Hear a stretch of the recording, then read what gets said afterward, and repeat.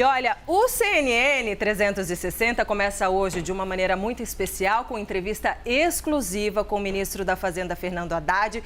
Estão comigo hoje Thaís Herédia e Fernando Nakagawa. Um prazer receber todos vocês aqui. Bom, ministro, vamos lá que o tempo é curto e as perguntas são muitas. Obrigada pela presença, ministro. Obrigado. Ontem foi um dia de uma vitória histórica, depois de 30 anos mais até discutindo reforma tributária. O governo, com a ajuda do Congresso, conseguiu essa aprovação. Agora vamos jogar para frente, porque já tem mais desafio aí pela frente. Vamos falar um pouco, queria que o senhor aproveitasse essa oportunidade da entrevista para a gente tentar antecipar alguns detalhes da reforma do imposto de renda, porque isso interessa muito para a população. Ministro, a gente vai ter novas alíquotas de pessoa física, por exemplo. O que vocês estão discutindo? Bom, em primeiro lugar, agradecer, Débora, a oportunidade de estar aqui mais uma vez. Prazer muito grande estar aqui na CNN. Olha, primeiro eu gostaria de enaltecer o trabalho do Congresso Nacional em torno da reforma tributária dos impostos sobre o consumo. Só para que quem está nos ouvindo compreenda, o Banco Mundial diz que o sistema tributário brasileiro, de 190 países avaliados, está na posição de 184. Ou seja, nós estamos entre os 10 piores sistemas tributários do mundo. Por isso que entra governo, sai governo, tenta-se fazer uma reforma tributária. Tanto é que quando eu anunciei que uma das prioridades da Fazenda no governo, nesse governo Lula ia ser a reforma tributária, muita gente deu risada. Falou, mas faz 30 anos que se tenta e ninguém consegue fazer. Nós criamos uma secretaria extraordinária só para isso e demos todo o apoio técnico para o Congresso avançar. Você vai ter uma reforma tributária que favorece a população de mais baixa renda, porque você está desonerando de impostos uma cesta básica ampla, vários medicamentos, vários produtos de consumo da população brasileira em geral. Segundo, que você está desonerando exportações. O exportador vai ter que se despreocupar, porque ele não vai exportar imposto, ele vai exportar mercadorias, bens, serviços, inteligência, criatividade que não nos falta, mas os impostos não precisarão ser pagos porque está desonerado. O investidor, Thaís, não vai mais pagar pelo investimento. Imagina num país com taxa de juro alta, você bota imposto sobre compra de máquina, se ele fizer um empréstimo para comprar a máquina, ele tem que pagar o juro e tem que pagar o imposto sobre o juro. Isso vai acabar. Os impostos serão desonerados de qualquer imposto. Isso vai favorecer muito a nossa indústria, que o ano passado bateu recorde de exportação de produtos manufaturados. 186 bilhões de dólares de exportação de manufaturados. Então nós vamos começar a partir de 2027, porque agora começam os preparativos da inauguração da reforma em 2027, mas o Brasil vai figurar, eu posso assegurar, entre os melhores sistemas tributários do mundo e um dos mais justos e um dos mais eficazes, inclusive para combater sonegação e colocar a alíquota média no padrão internacional, que a nossa alíquota média hoje é a mais alta. Na renda, para não fugir. Na renda, isso. Eu sei, mas não posso deixar de fazer um pouquinho de propaganda do que foi sancionado ontem pelo presidente da República. A renda também tem problemas graves. O imposto de renda no Brasil, ele não é tão progressivo como devia ser, sobretudo porque a população que ganha até R$5.000, hoje nós conseguimos avançar até 2 salários mínimos a isenção, né? Mas há uma promessa feita, inclusive pelo governo passado e não cumprida, que o presidente Lula se comprometeu a cumprir. E para que quem ganha até 5.000 pague menos, pessoas que hoje não pagam terão que pagar um pouco mais. Eu vou citar 2 exemplos para dizer qual é o futuro, né? Eu não posso antecipar a medida que o presidente Lula vai encaminhar para o Congresso, que seria até uma desfeita com os parlamentares. Nós sempre procuramos apresentar para os parlamentares um pouco antes, horas antes de apresentar para a imprensa, por uma questão de deferência. Isso tem funcionado muito bem, porque eles se sentem respeitados e as coisas andam melhor. Mas, por exemplo, eu vou dar... quem tinha dinheiro em paraíso fiscal no Brasil não pagava imposto, era chamada offshore, não pagava imposto. Aqueles fundos exclusivos de famílias, fundos fechados, eram isentos de impostos. Isso mudou para nós começarmos a corrigir a tabela do imposto de renda. Então, o que nós estamos identificando? Quem tem muito e paga quase nada, vai pagar um pouco mais. Quem tem pouco e está pagando muito, vai pagar menos ou não pagar. Esse é o princípio básico. De dividendos mesmo? A previsão é que você tenha, na verdade, na minha opinião, a regra que nós estamos imaginando é mais inteligente do que essa. O que nós estamos falando? As pessoas de alta renda têm que pagar um mínimo. As pessoas de alta renda têm que pagar um mínimo. Hoje... O que é o mínimo? Eu vou te dizer já. Hoje, você que ganha salário, você que ganha o servidor público, o trabalhador, você é um seletista, você é um estatutário, um funcionário público, você não escolhe pagar ou não pagar imposto. Ele é deduzido na fonte, você tem um desconto na fonte. Isso não acontece com o grande investidor. Ele que tem ações, que tem isso, tem aquilo, às vezes a empresa não paga imposto e ele também não paga. Então ele não paga nem no CNPJ, nem no CPF. Nós estamos identificando esses casos.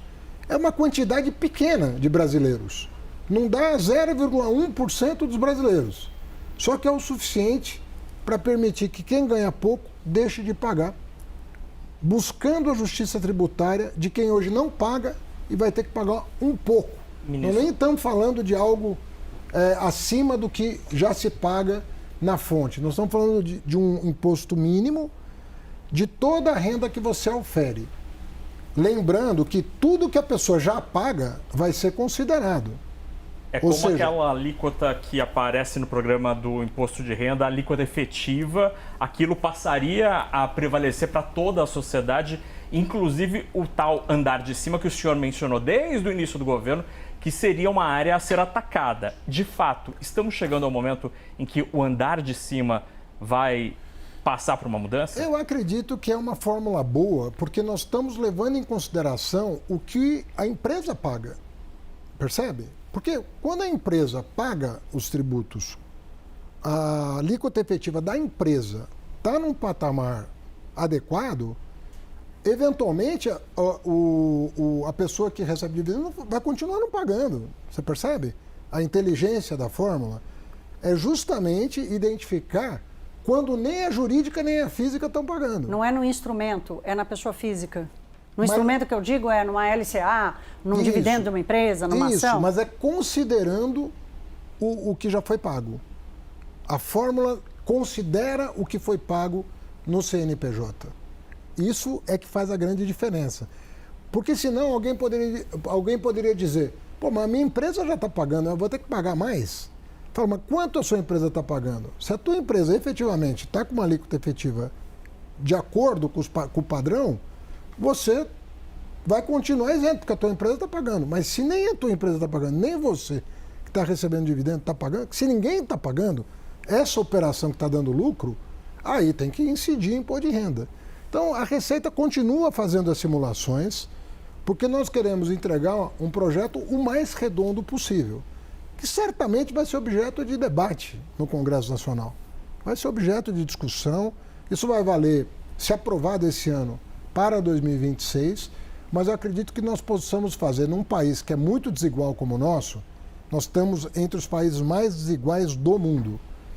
Então, com neutralidade fiscal e na busca de justiça tributária, eu acredito que nós temos que fazer um esforço para encontrar uma fórmula. Mas em termos técnicos, ministro, como é que a gente conseguiria colocar uma marca d'água nos reais que saem do lucro de um CNPJ que tem uma alíquota para um CPF? Como que esta marca d'água passa do CNPJ para o CPF? Eu não quero te antecipar mais do que eu já te antecipei, porque a Receita está terminando as simulações que eu e o presidente pedimos para aperfeiçoar uma regra que nos pareceu inconsistente. E nós pedimos uma revisão dessa regra no final do ano passado. A Receita está fazendo o trabalho para nos entregar a resposta para que nós possamos tomar uma decisão o mais rapidamente possível. Nós queremos fazer esse aperfeiçoamento e, na minha opinião, não é possível que um brasileiro que estuda o tema, intelectualmente honesto, negue que nós temos que corrigir as distorções, assim como nós fizemos com o imposto sobre consumo, fazer em relação à renda. Para caça às bruxas, não tem nada disso. Ninguém está querendo nada que não seja justiça. E outra, os empresários vão se manifestar, quem tem alta renda vai se manifestar, quem tem baixa renda vai se manifestar. Nós queremos buscar justiça e neutralidade. Ou seja, um jogo de ganha-ganha. Vamos fazer isso com cautela, como fizemos com o imposto sobre consumo. Nós fizemos com muita cautela. O Brasil vai ter uma alíquota média equivalente à dos países desenvolvidos. Obviamente que a alíquota máxima do Brasil, em função das exceções, ela cresce, a máxima, mas a média vai ser compatível com o que tem de mais moderno no mundo hoje. Ministro, né? A Thaís... Eu sei que a oposição já está falando, mas o Brasil vai ter a maior alíquota do mundo. A alíquota que conta é a média. Se carne você paga 0 e outra coisa você paga 25, a média não é 25. Porque tem muitos bens de consumo que terão o seu imposto zerado e de consumo de larga escala. Quando você fala de carne, comida, remédio, é a população inteira consumindo e não vai pagar nada. Outros vão pagar uma alíquota de 12%, outros vão pagar uma alíquota... Mas a média vai estar compatível com o que tem de mais moderno no mundo. Ministro, a Thaís Herédia vai te fazer uma pergunta, mas eu quero só lembrar para vocês que estão nos assistindo que essa entrevista está em transmissão simultânea com CNN Money, né, Fernando Nakagawa? Obrigado. Thaís. O pai do Money está aqui, O pai do Money tem que lembrar. aqui, exatamente, Thaís. Ministro, eu quero falar um pouco do ambiente desse debate todo que o senhor vai travar aí sobre a renda, né, que não vai ser só sobre a renda. E aí eu quero tocar especificamente no que a gente está vendo nos últimos meses.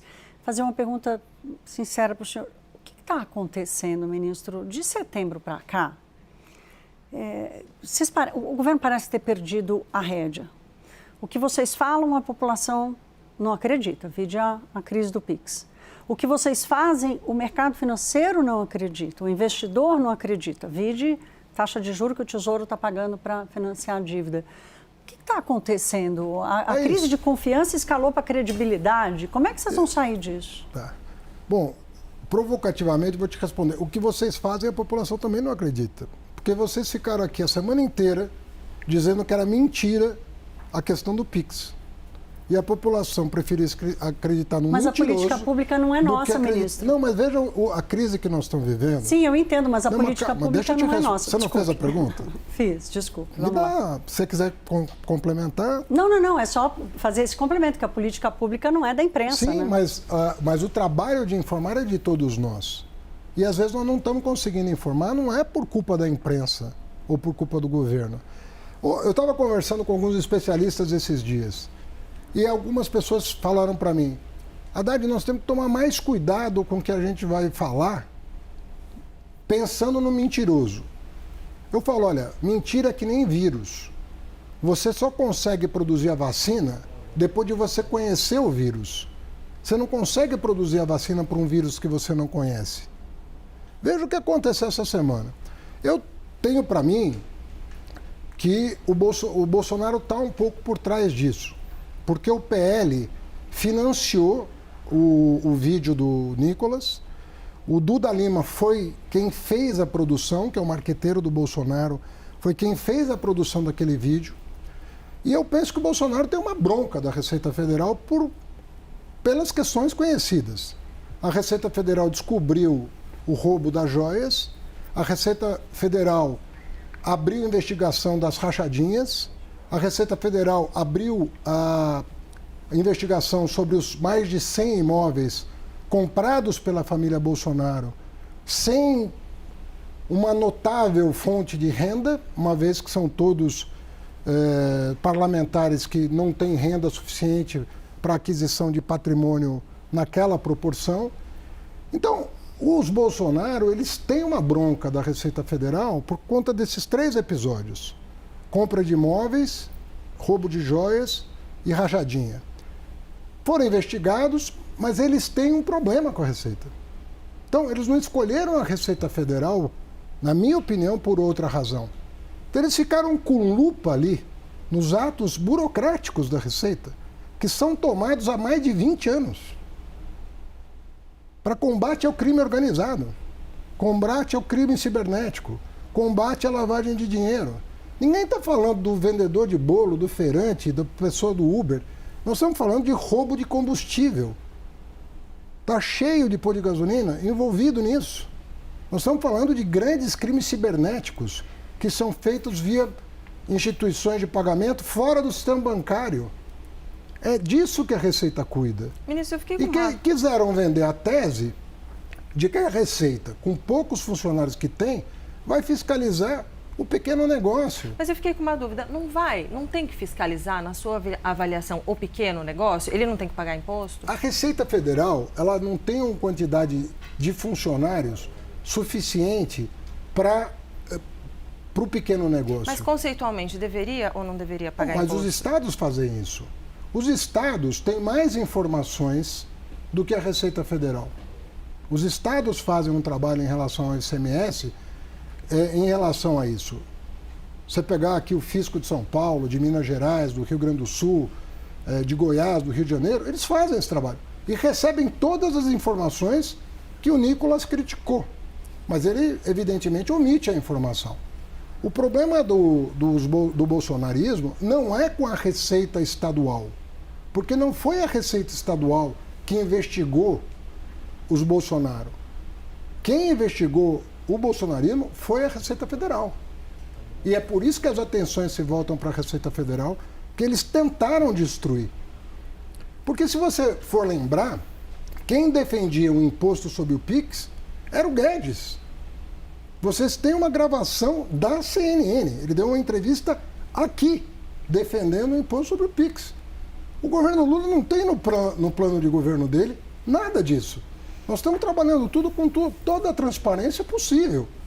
Nós estamos encabeçando a maior reforma tributária da história do Brasil, em regime democrático, com toda a transparência. Então o senhor acha que não tem crise de credibilidade, como a Thaís traz? Claro, quando uma pessoa turbina uma publicação falsa, com profissionais pagos pelo partido do Bolsonaro, vai para a rede social. Agora você não tem mais censura nas redes sociais. Nos Estados Unidos hoje acabaram de tirar o TikTok, vão tirar o TikTok de circulação. Um país que era considerado o mais liberal do mundo vai suprimir uma rede social, né, dos Estados Unidos, e o principal dono de uma Big Tech como a Meta diz que não tem mais censura em nome da liberdade de expressão. Ou seja, em nome da liberdade de expressão você pode mentir. É isso que ele está dizendo. Qual vai ser a vacina, ministro? O senhor falou de estudar o vírus. Qual é a vacina? Porque ela precisa chegar, ela não chegou ainda. Essa que é a minha tese. Você não tem a vacina contra a mentira antes da mentira ser dita. É uma ilusão imaginar que você vai descobrir a mentira que vai ser dita. Você não vai conseguir descobrir. Por mais boa fé que você tenha, você não vai conseguir descobrir. Mas quem está adoecendo é o governo, ministro. É o governo que precisa tomar essa vacina. Mas olha, deixa eu te responder. O que eu penso? Quem vai ganhar a briga contra a mentira? Quem for mais ágil. Não quem procurar. Você só se previne de um vírus que você conhece e você toma a vacina antes. Não existe vacina para um vírus desconhecido. Essa é a minha tese. O que significa dizer que, assim como a ciência agilizou os procedimentos para entregar uma vacina uma vez identificado o vírus, como foi no caso da pandemia, todo mundo dizia, vão ser 5 anos. A ciência entregou em menos de 1, e mais de uma vacina. Nós democratas, vamos ter que desenvolver um antídoto rápido.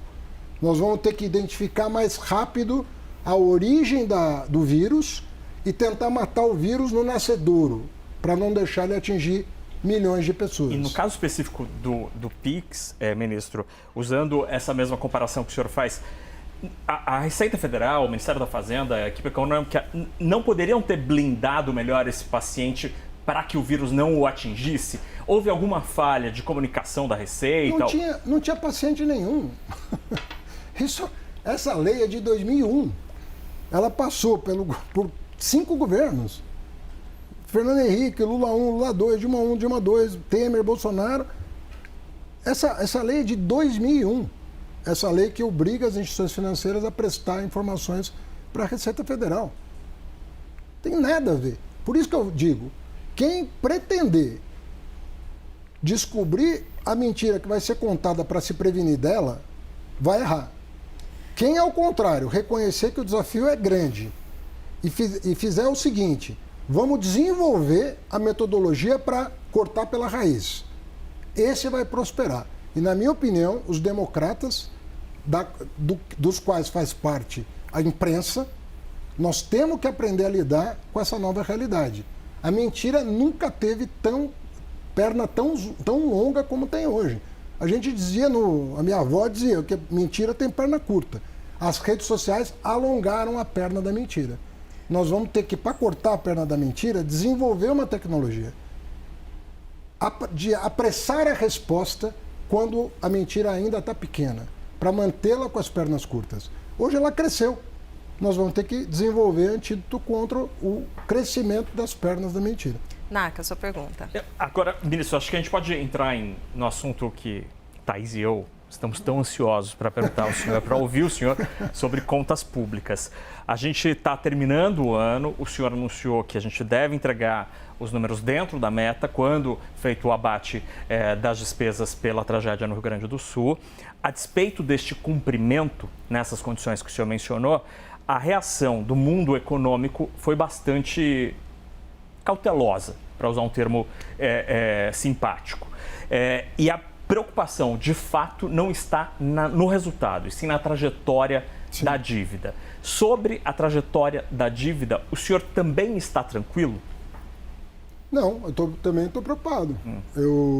Nós temos que ter preocupação com a trajetória da dívida. Isso é uma preocupação do Ministério da Fazenda. Agora, eu tenho que fazer também algumas considerações sobre as projeções que são feitas e nem sempre se verificam, né? Porque o crescimento projetado no começo do governo do presidente Lula era de 0,8 no primeiro ano e 1,2 no segundo. Nós crescemos 3,2 no primeiro e provavelmente 3,5 no segundo. Quer dizer, nós crescemos quase 7% em 2 anos, contra uma projeção de 2%. Então, vamos lá, vamos com um pouco de calma. O déficit do ano passado, que foi 0,1%, estava previsto em 0,8% no começo do ano, antes do Rio Grande do Sul. E nós não íamos faltar ao Rio Grande do Sul diante daquela tragédia. E ninguém contestou. O governo federal, o Estado estava debaixo d'água. Não era uma cidade, 2, 3, o Estado estava debaixo d'água. Nós investimos no Rio Grande do Sul alguma coisa em torno de 40 bilhões de gasto primário, mais de 30 bilhões de gasto primário, fora o financiamento subsidiado, que foi o dobro disso. Então, além de não pagar a dívida até o final do mandato, além da renegociação da dívida do Rio Grande do Sul que foi feita, tudo para ajudar o Estado a se recuperar. E o Estado está se recuperando, graças à ação do governo federal. Então, fizemos um pacto federativo, nem sempre, vamos dizer assim, reconhecido por razões políticas, que eu entendo, tem pessoas que são mais à direita, mais de centro, natural a disputa política.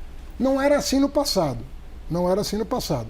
Eu me lembro quando o presidente Lula, diante aqui da necessidade do governo do Estado de São Paulo aumentar os investimentos, o governador Serra vendeu para o Banco do Brasil a nossa Caixa. E o Lula abençoou a transação, sabendo que isso ia favorecer o Estado governado pelo Serra, do partido de oposição, e nunca fez esse tipo de conta. Quando o Aécio em Minas governava o Estado, também é a mesma coisa. E sabe o que acontecia naquela época? A oposição se mantinha, mas era grata. Ia no Palácio do Planalto, agradecia, dava um telefonema. Era uma política mais civilizada. Hoje nós estamos vivendo um momento de uma política que não tem civilidade nenhuma. As pessoas mentem descaradamente. É uma coisa aviltante. O governador Zema, que tuitou contra mim, contra o presidente Lula, foi no meu gabinete, fez uma proposta menor do que o Congresso aprovou. O Congresso foi além do que ele pediu. E ele simplesmente disse que o Congresso, o que o presidente Lula não atendeu, porque vetou um dispositivo que obrigava o governo federal a pagar dívidas com bancos, que não tem nada a ver com a União. Desculpe lhe interromper, eu estou boa nisso hoje, né? O senhor vai reparar, mas desculpe lhe interromper, mas a pergunta do NACA aqui foi muito específica sobre a trajetória da dívida. O arcabouço fiscal criou a âncora, recuperou a meta fiscal como uma âncora. Mas ela já não é mais a âncora da percepção dos investidores. A âncora é a dívida pública. Deixa eu só terminar o raciocínio aqui para passar a voz para o senhor. A âncora hoje é a dívida pública. O mercado melhora a sua projeção para a dívida sobre PIB, para resultado do déficit, mas a curva de juros continua empinada. Não há projeção para a estabilidade da dívida no curto prazo. Não é à toa que o Tesouro está pagando 15% de juros já, antes do Banco Central subir a taxa. Então, eu quero entender o seguinte, qual é a sua estratégia como chefe da política econômica para sinalizar com segurança a estabilidade e a queda da dívida pública no Brasil? Olha, é continuar perseverando em duas trajetórias importantes. O que nós temos feito desde o começo do governo Lula, que não foi feito pelos dois governos anteriores, diga-se de passagem, não foi feito. Pega o déficit público dos 7 anos precedentes. Faça a média. Qual foi exclui a pandemia, como nós excluímos o Rio Grande do Sul. Exclui a Dilma também? Pode ir para trás também. Não, podemos excluir a Dilma? Incluindo a Dilma. Pega a Dilma, Temer e Bolsonaro. E veja o que está acontecendo de 2015 para cá e o que aconteceu ano passado. Faça essa conta. Chama qualquer especialista. 2015 até 2022. Pega a trajetória do déficit público e compare com o que nós estamos fazendo. Nós estamos contendo a despesa, o aumento da despesa está sendo contido, inclusive com medidas recém-aprovadas pelo Congresso, e nós estamos combatendo o gasto tributário. Eu sei que incomoda quando eu falo isso, mas eu sou obrigado a falar. Se as medidas provisórias do ano passado não tivessem sido devolvidas quando anunciado, não tem como não ter. Eu acho que porque eu tenho uma demanda para entender. É que vocês, com razão, querem uma antecipação de coisas que eu não posso fazer. Exatamente. Mas o meu trabalho e o trabalho da minha equipe é todo dia, todo santo dia. A gente chega às 8 da manhã, sai 8 da noite, você conhece a minha jornada de trabalho, pensando em fórmulas de melhorar o ambiente de negócio, que aí é a reforma tributária, a reforma do crédito, reforma lei de seguro, transformação ecológica, biocombustível, o que você quiser. É o ambiente de negócio. E a outra tarefa é arrumar a bagunça que nós herdamos do governo anterior. Porque quando às vezes as pessoas falam em corte de gasto, deixa eu dizer uma coisa para vocês. Tem gastos que foram contratados num governo anterior e que não foram pagos. Vou dar um exemplo meritório. O Fundeb foi multiplicado por 2,3. Saiu de 10% para 23%. Com apoio do PT. Eu falei meritório. Você não tira só para pontuar. Da boca. Só para pontuar, eu disse ministro. meritório. O Fundeb é uma conquista do governo Lula. Então vamos combinar. Nós, quando botamos 10% lá, eu terminei o meu mandato no MEC com tudo pago. Eu não deixei nada para o meu sucessor. E podia ter deixado, porque meu sucessor foi do mesmo partido que eu. Mas não deixei. Quem está pagando o Fundeb é este governo, não é o governo anterior que o Congresso atropelou para pagar. O nível de emendas parlamentares herdado, nós estamos pagando. Com toda essa dificuldade envolvendo o Supremo, envolvendo o Executivo, envolvendo o Legislativo, essas contas todas estão sendo pagas agora. E foram contratadas no governo anterior e às vezes estão na Constituição. Quer dizer, como é que você vai? Você tem que correr atrás para organizar. Os precatórios, o calote dos precatórios. É muito fácil arrumar conta dando calote. E começar a dar calote aqui, fica fácil arrumar a dívida. Você não paga. Nesse esforço de correr atrás, ministro, caso essas medidas de gasto tributário, né, de contenção do gasto tributário a que o senhor se referiu, que não avançaram no Congresso Nacional, tivessem sido aprovadas, esta cobrança mínima do imposto na pessoa física não seria necessária? O Ministério da Fazenda está indo atrás da pessoa física porque o CNPJ continua gozando deste benefício? Não, porque tem alguns benefícios que têm que ser mantidos. Pela estrutura tributária brasileira, eles têm que ser mantidos. O que você não pode é abusar da forma, como se diz no direito. Você usar um expediente formal, previsto em lei, para enriquecer, sendo que aquele dispositivo formal foi criado para atender uma determinada parcela da população. E a pessoa usa aquilo para se beneficiar por planejamento tributário. Isso não é correto, simplesmente não é correto. Agora, quem vai dar a última palavra não é o presidente Lula, o ministro Haddad, ninguém, é o Congresso Nacional. Tudo isso tem que passar pelo Congresso. A sociedade vai debater esse assunto e vai ter transparência nos dados. Agora, se nós não formos em busca de justiça tributária, se nós não formos em busca de combater o gasto primário ineficiente e o gasto tributário ineficiente, nós não vamos conseguir reequilibrar nada. E eu estou falando de uma história de 10 anos, eu não estou falando de uma história que começou agora. Começou com uma crise política, essa é a minha opinião, começou com uma grande crise política que aguçou o problema, né? Tornou ele mais agudo, tornou ele mais dramático, e nós temos que pôr fim. A nossa tarefa é pôr fim a isso. E nós vamos continuar trabalhando incansavelmente para pôr fim. Em nenhum momento você vai me... Você veja que, apesar dos resultados da política econômica, um governo que bota o desemprego na mínima histórica, um governo que coloca a miséria na mínima histórica, o crescimento como há muito tempo não se vê. O Brasil passou a Espanha na produção de automóvel, recorde de crédito, recorde de tudo. Você não me vê eufórico. Eu sempre comemoro, mas eu sempre falo, nós temos muito trabalho.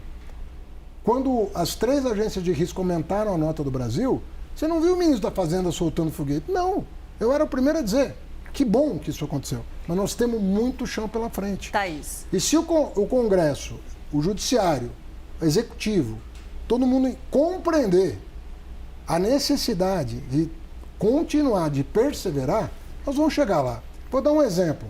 Questão dos supersalários. Não foi votado o ano passado. O presidente Lula teve a coragem de mandar. Porque muita gente fala, não, o presidente não vai ter coragem de mandar porque vai assolar os ânimos no judiciário. O presidente mandou, por uma questão de moralidade pública.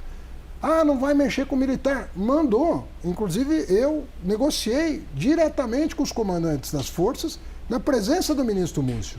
O andar de cima ele tem muito respaldo por aí. Deixa eu pegar. Fernando, você pode cobrar, na minha opinião, você tem que cobrar do presidente da República providências.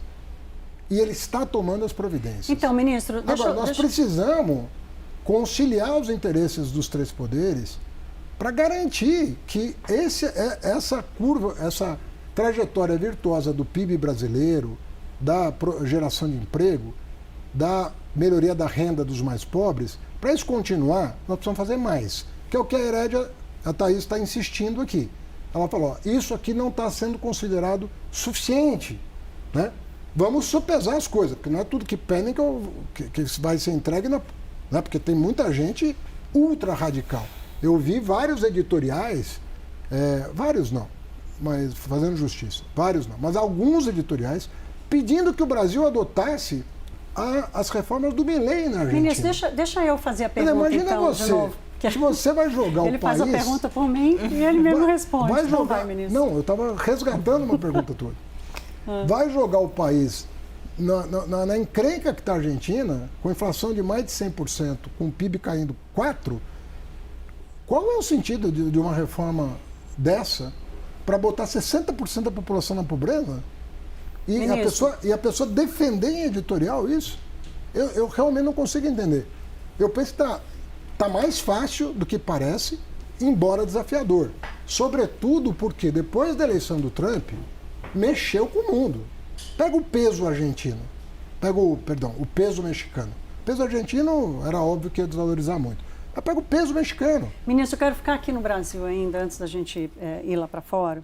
O senhor desculpe, mas eu vou repetir, porque assim, eu perguntei da dívida pública, o senhor terminou falando da dívida das empresas. E eu vou insistir, porque assim, Tem um economista que diz, deixa eu só terminar. Tem um economista que diz, ele fala uma coisa muito interessante, que ele diz o seguinte: a dívida pública é o gabarito da política fiscal. Se a dívida pública sinaliza estabilidade e queda, política fiscal, ok, pode até levar mais tempo, mas a dívida pública é o gabarito da política fiscal.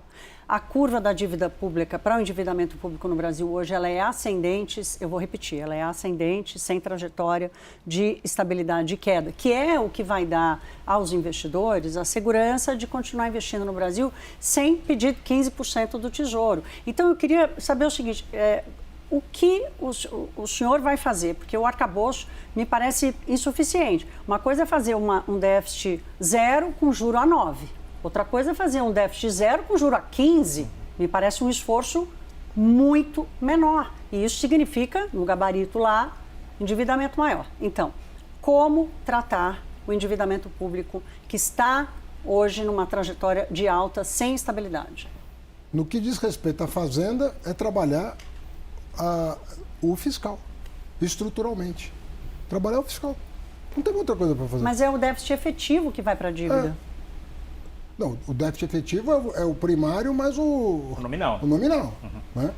Então, sim, é ele que acaba fazendo a dívida subir. Essas duas coisas andam juntas. Você tem que criar as condições também para que esse juro não fique nesse patamar por um longo tempo. Se for um juro que vai simplesmente combater uma mudança de nível de preço em função de um dólar novo, que pode acontecer em função da política fiscal e monetária americana, isso pode acontecer. Você pode ter uma política fiscal e monetária nos Estados Unidos que mantenha o juro nos Estados Unidos muito alto, coisa que não estava prevista um ano atrás. Simplesmente não estava no horizonte. Eu participei de todas as reuniões internacionais e presidi o G20, a trilha financeira do G20. Não se esqueça disso. Ninguém previa o que ia acontecer a partir do segundo semestre do ano passado. Muito menos o que está acontecendo agora. De aumento de tarifa de importação nos Estados Unidos, de aumento, eventualmente aumento até do déficit fiscal nos Estados Unidos, que pode manter a taxa de juros nos Estados Unidos alta por mais tempo. Esse cenário não estava colocado durante todo o G20. Te asseguro que não estava. Nenhum analista previu o que está acontecendo. Diante disso, nós temos que voltar para a mesa, nós temos que voltar para a planilha. É uma realidade nova. Agora, nós temos que observar o que está acontecendo e pensar bem no que fazer, para fazer um ajuste que penalize o menos possível, ou, de preferência, não penalize quem mais precisa dos serviços públicos, quem mais precisa de escola funcionando, posto de saúde funcionando e assim por diante. Então, e não fazer o que foi feito aqui em alguns vizinhos nossos. Joga a população na miséria para atender. Não é assim. Nós não precisamos e não devemos fazer isso.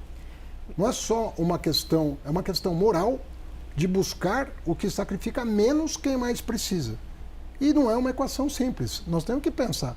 Agora, nós não paramos de trabalhar nisso desde 1º de janeiro de 2023. E vamos continuar trabalhando.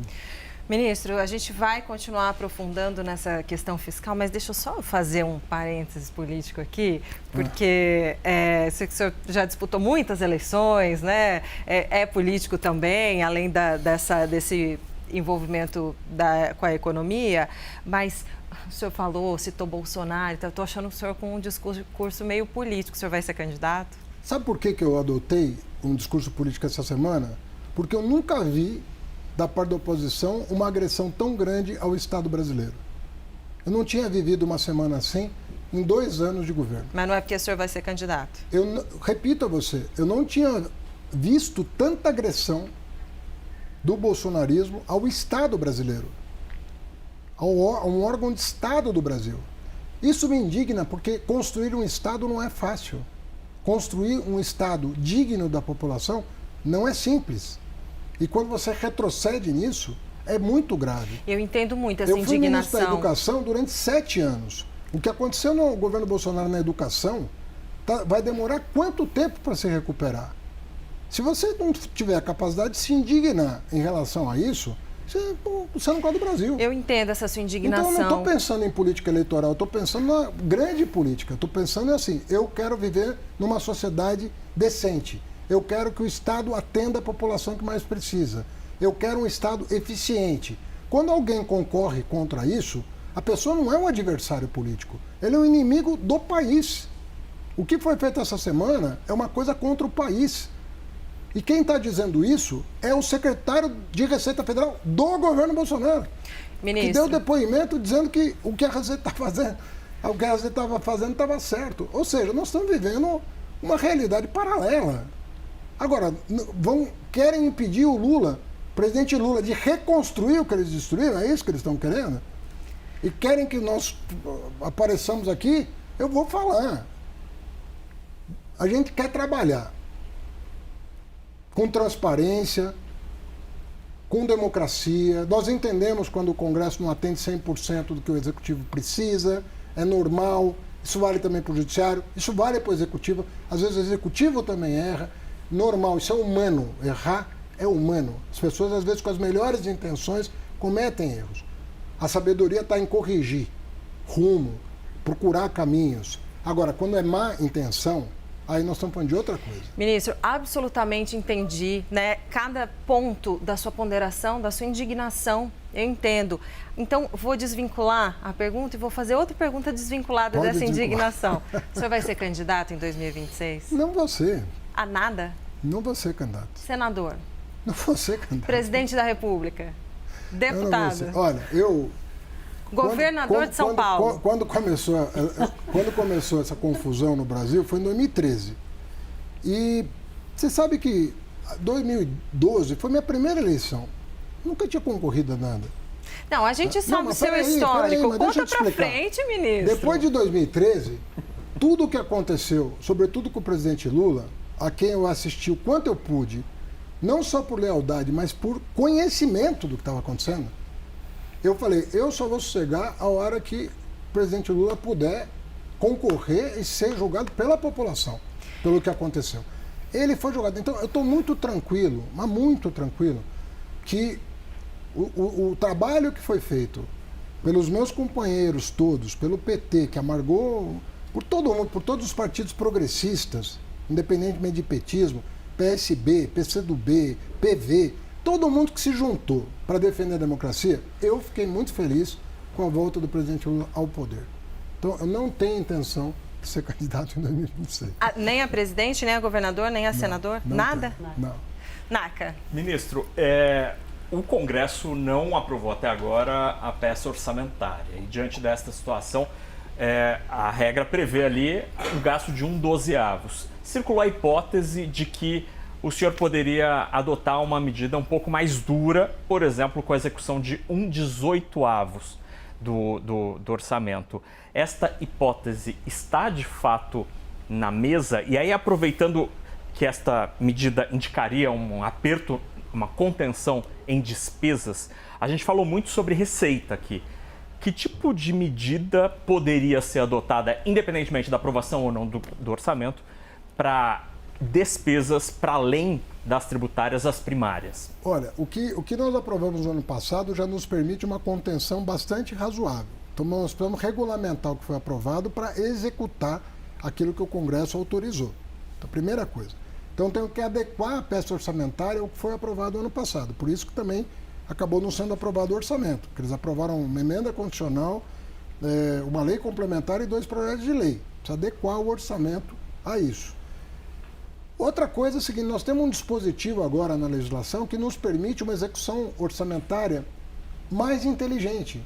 Nós podemos administrar melhor, né, o contingenciamento da execução com vistas a melhorar o desempenho da economia do ponto de vista de inflação.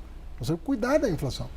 Então, quando você cresce muito, você pode crescer tanto que isso pode gerar também um problema. Às vezes as pessoas falam, não, vamos crescer 4, vamos crescer 5, vamos crescer 6.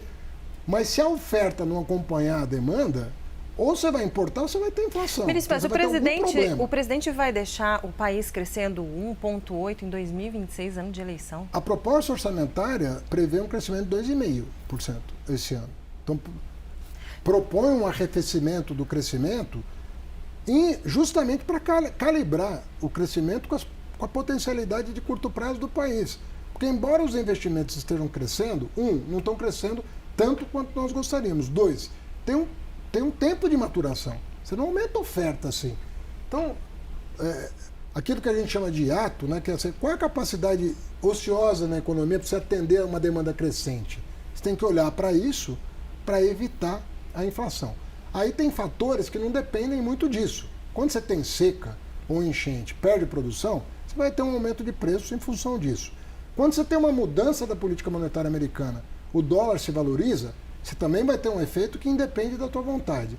Tudo somado, você tem que sentar e verificar o que é permanente, o que é sazonal, o que é estrutural e tomar as medidas para evitar um descompasso. Mas isso, quando adiciona essa lista que o senhor colocou, a seca ou uma mudança nos Estados Unidos, tem um outro item que é a crise de confiança sobre o governo, né? Que também colaborou para a piora da percepção fiscal, para o aumento da taxa de juros, para o aumento do dólar, que vai gerar mais inflação e está demandando um Banco Central mais forte. Há uma preocupação se o Banco Central está perdendo a sua potência, porque a política fiscal dominou a política econômica do país. Então, eu queria lhe ouvir, o senhor acha que o governo tem que lidar como com a crise de confiança? O que os agentes de mercado gostariam era ouvir da boca do próprio presidente Lula, porque o senhor conversa com a Faria Lima, o senhor conversa com os empresários, essa interlocução ainda está feita. O que os agentes econômicos gostariam era de perceber que o presidente Lula tomou a decisão de tirar a dívida pública, de colocar as contas públicas numa trajetória sustentável e essa declaração ainda não veio. E qual a pergunta? A pergunta é, como é que será essa gestão? Como é que o senhor vai lidar com a crise de confiança, que é esse item a mais aí nos ingredientes que o senhor colocou para a situação atual? Olha, eu tenho ouvido de alguns interlocutores essa questão. Eu não acredito em dominância fiscal. Esse diagnóstico que estão fazendo, eu realmente não comprei. Posso estar errado, eles erraram tanto que eu posso errar uma vez, né? Por enquanto, está do lado de lá. Eu não acredito em dominância fiscal nesse momento. Eu acredito que a política monetária vai fazer efeito sobre a inflação. Tem gente no mercado que diz que não fará. Na minha opinião, ela fará efeito. Então, nós vamos ver nos próximos capítulos dessa novela se a política monetária autônoma do Banco Central, que as pessoas debatiam, será que vai ser autônomo? A maior prova de autonomia do que é impossível. Mas você acha que o presidente Lula tinha que ser mais ativo? Ele tinha que assumir esse discurso pela política fiscal? O presidente Lula, na minha opinião, com muita razão, estranha um pouco o fato de que uma pessoa que governa 10 anos um país, governou 8 mais 2, tem que ficar provando que tem responsabilidade fiscal. E ele fala, nós vamos fazer o que for preciso para entregar o país melhor, né? Não sei se as pessoas que estão hoje operando no mercado conheceram o governo Lula, porque faz 20 anos que o governo Lula 1 começou. Não sei se as pessoas têm a lembrança. O presidente pegou uma dívida maior que 60%, entregou menor que 40%. A dívida pública, né? Então, tem uma série o presidente foi o que mais acumulou reservas cambiais na história do país. O presidente foi quem achou o pré-sal que sustenta a balança comercial até hoje do Brasil. Então, às vezes, na minha opinião, tem um lado, né, que, na minha opinião, extrapola um pouco o que seria... Isso não sou eu que estou dizendo, viu? O presidente da FEBRABAN, outro dia, foi dar uma entrevista dizendo, o pessoal está exagerando um pouco. Então, eu não estou tirando a razão, até porque você não pode culpar alguém por ter uma percepção, né? Se a percepção da pessoa é aquela, que você vai fazer? Mas nós temos que conversar mais com esse povo e mostrar o que nós estamos fazendo? Sim. Minha equipe faz isso o tempo todo, está em interlocução o tempo todo. Mas eu penso que no final do ano passado houve um certo exagero na reação. E eu continuo acreditando que a política monetária terá um efeito muito maior do que as pessoas imaginam. Então, se isso é verdade, o que chamam de dominância fiscal, a gente está usando o termo técnico, ela não se impõe. Isso significa o quê? Significa que a política monetária vai ter efeito e que a política fiscal tem que ser mais perseverante. E aí é que eu introduzo o quadro externo. O quadro externo, ele mudou. Nós não sabemos por quanto tempo. E nós temos que levar isso em consideração. Porque não era o que estava previsto no começo do ano passado. O começo do ano passado, ele era de um outro horizonte, para o mundo. E ele mudou radicalmente. Nós precisamos compreender isso, nós precisamos processar isso, e nem sempre o tempo da política processa isso com a velocidade devida, mas se processar isso e compreender o novo tempo, nós vamos tomar as providências necessárias. Mas a política monetária o senhor, tem seu peso. O senhor foi muito vocal ao fazer a defesa, me parece absolutamente necessária, da democracia, dos valores democráticos. E aí eu queria ouvir o senhor sobre como esse assunto chega no mundo da economia. Hoje o senhor é o grande nome que faz a ponte com o mundo da economia, com o mercado financeiro do governo. E ao longo dos últimos anos, tanto no Brasil como em outros países, parece que o mundo da economia ali, o mercado financeiro, não dá tanta bola assim para este assunto ou coloca ele numa posição talvez não prioritária na lista de assuntos que deveriam ser defendidos. Causa frustração para o senhor perceber que os temas democráticos não engajam tanto no mundo da economia? E pergunto isso por quê? Porque hoje, diante deste diagnóstico fiscal, o que a Faria Lima, o Leblon gostariam do senhor, especialmente do presidente Lula, era uma indicação forte de compromisso fiscal. E quando o senhor traz à tona este outro assunto, talvez gere frustração nesses agentes. Eu penso que é curioso o FMI dizer que o Brasil foi o terceiro país emergente que mais esforço fiscal fez o ano passado, não tem esse reconhecimento. Eu não estou pedindo para ninguém dizer que está bem, que está tudo bem. Ninguém está pedindo isso. Porque não está tudo bem? Porque não está no mundo. As coisas não estão bem. Bom, um juro nos Estados Unidos, no patamar que está, ninguém pode estar despreocupado com isso. Não existe essa Mas desculpa, eu interrompi aqui o seu raciocínio. Mas o que eu quero dizer é o seguinte, ninguém está pedindo nada que não seja assim, reconhecer, olha, o país está crescendo, olha, o país está com mais desemprego, o país está com menos desigualdade. O fiscal melhorou, foi melhor do que a gente previa. Pô, legal. Mas, ó, Haddad, olha, Lula, olha, Brasil, ainda tem muito o que fazer, a situação externa piorou, tem conta do governo passado ainda que não foi paga, que vai ter que ser paga. Ok. Vamos continuar trabalhando. Agora, você pedir... Isso não é um juízo de valor sobre quem está no mercado financeiro. Eu já estive lá. Isso não é um juízo de valor de quem está no mercado financeiro. Mas o mercado financeiro, estrito senso, não estou falando das pessoas. Eu estou falando do dinheiro que está lá para se valorizar. Não importa o que aconteça no mundo. O cara não quer o dinheiro. Estou falando do dinheiro porque ele ganha uma autonomia quando ele está no fundo. Ele não é mais uma pessoa. Ele é uma coisa que quer se valorizar. É como um bicho que quer crescer. Isso que é o dinheiro. Quando ele está lá na Faria Lima, ele não quer saber da pobreza, do Milei, 60%. Ele não quer saber da democracia. Ele quer saber, no fim do ano eu vou ser maior do que sou hoje? Isso que o dinheiro se pergunta. E ele é um ser cheio de medo e ambição. Esse que é o bicho que nós estamos lidando. Então, quando você pergunta, a Faria Lima não está preocupada com a democracia? Assim, o Rafael da Faria Lima, o Matheus da Faria Lima, estava preocupado com a democracia. Mas quando ele está numa mesa de operação, ele está preocupado em entregar o resultado para quem confiou o dinheiro a ele. Então, é estranho dizer isso. Mas o capital, ele quer crescer, ele quer se desenvolver. E no caso do capital financeiro, ele não está nem preocupado com produção. Ele não está preocupado se vai produzir mais ou menos. Quer saber se a ação vai valorizar? Vai poluir, mas a ação vai valorizar? Então, ali é um nicho que... E não é a pessoa. Não estamos falando de pessoas. Nós estamos falando de um modelo de negócio que foi construído assim. Aquelas pessoas são pessoas como nós. Eu queria... Não adianta demonizar.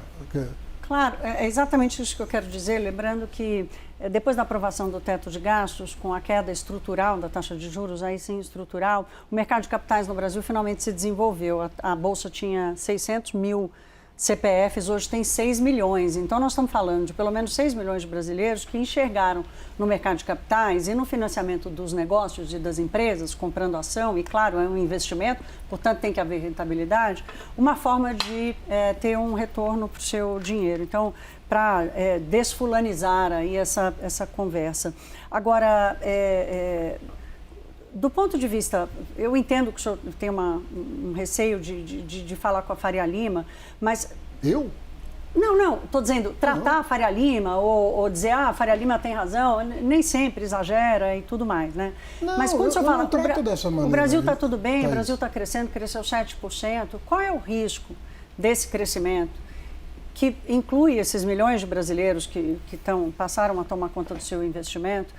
Qual é o risco desse crescimento ser um voo de galinha? Você primeiro tem que caracterizar o que é voo de galinha. Esse tempo todo aí de 2015 a 2022 foi o quê?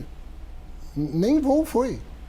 Nós crescemos 1% de média, 1,5% de média. Então, comparativamente, o voo da galinha está ganhando do que acontecia até ontem. O que nós temos que entender é o seguinte, foi bom crescer 7% em 2 anos? Foi ótimo. Agora, nós temos que tomar medidas para que isso não seja um soluço apenas, para que isso tenha uma continuidade.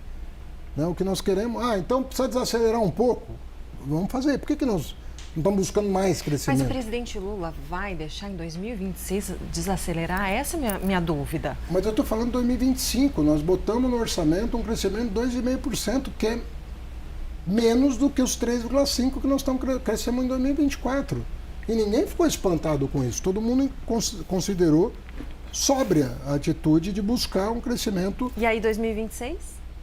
Eu não sou capaz de projetar o crescimento de 2026 hoje, porque eu tenho um mar para atravessar. Cada ano no Brasil, a nossa capacidade de planejamento diminuiu muito. Thaís, eu estou te falando com sinceridade. Eu sento com 20% do meu tempo.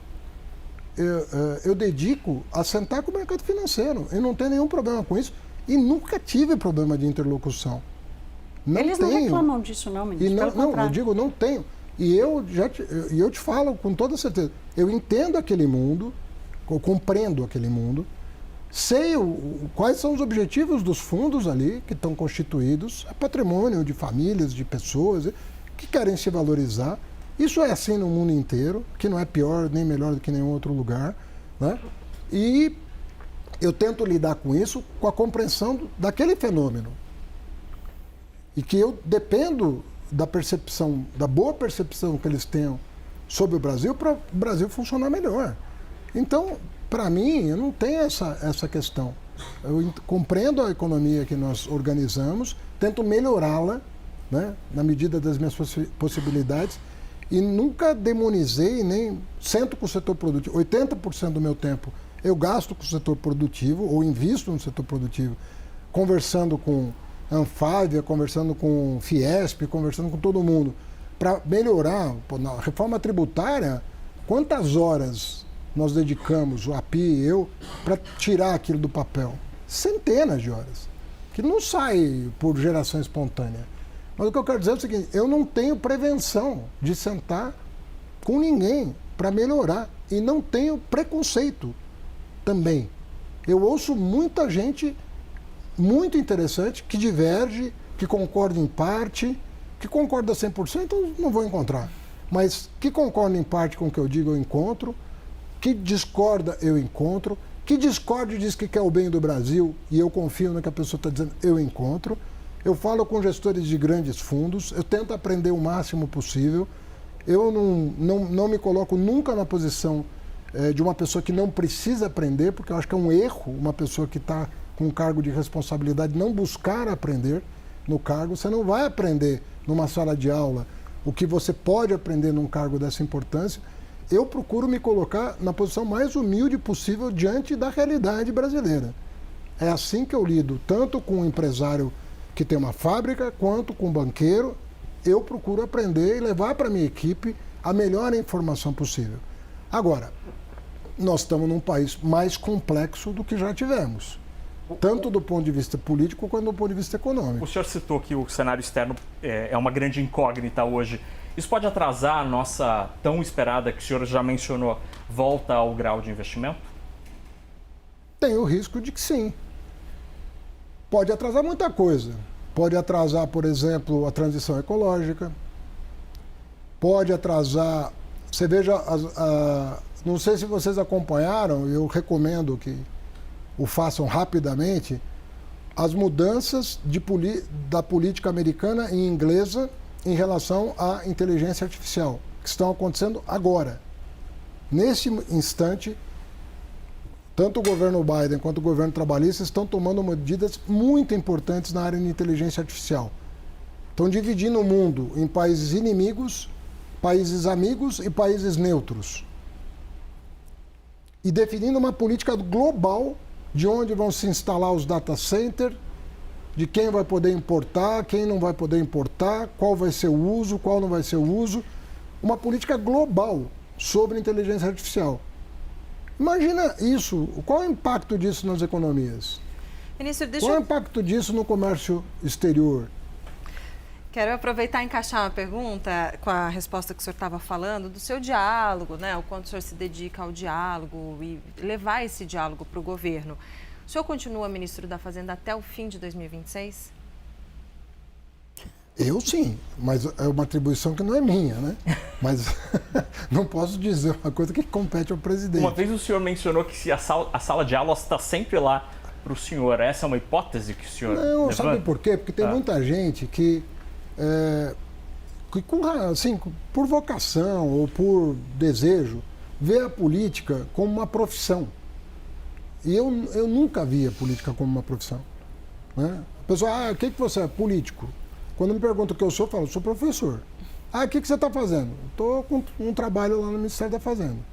É assim que eu vejo a coisa. Não, ministro, é uma outra maneira de ver. Eu te pergunto até para... porque vai ter reforma ministerial, né? E assim, se mantém, você está fazendo para mim uma pergunta constrangedora que compete ao presidente responder. Desculpa. O que eu estou dizendo é o seguinte, eu assumi um cargo para entregar um trabalho.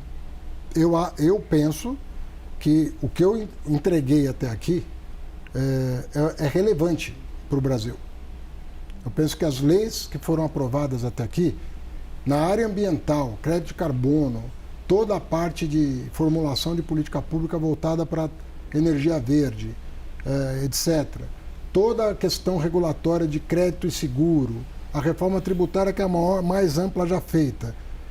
Eu fico feliz de ter podido entregar isso. Eu penso que a reforma tributária, ela não tem efeito imediato como o Plano Real, mas ela é tão importante quanto o Plano Real para a economia brasileira. É minha percepção. Claro. Né?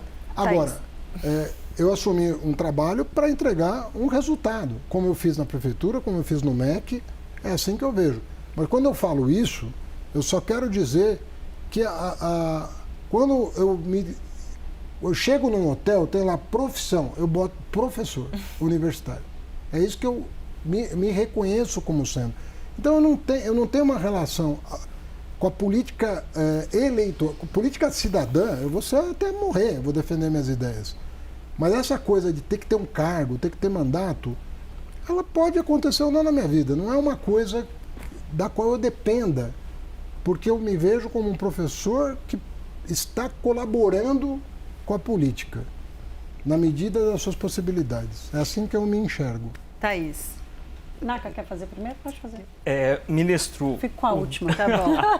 Sim. Ministro, o dólar vai voltar abaixo de R$6?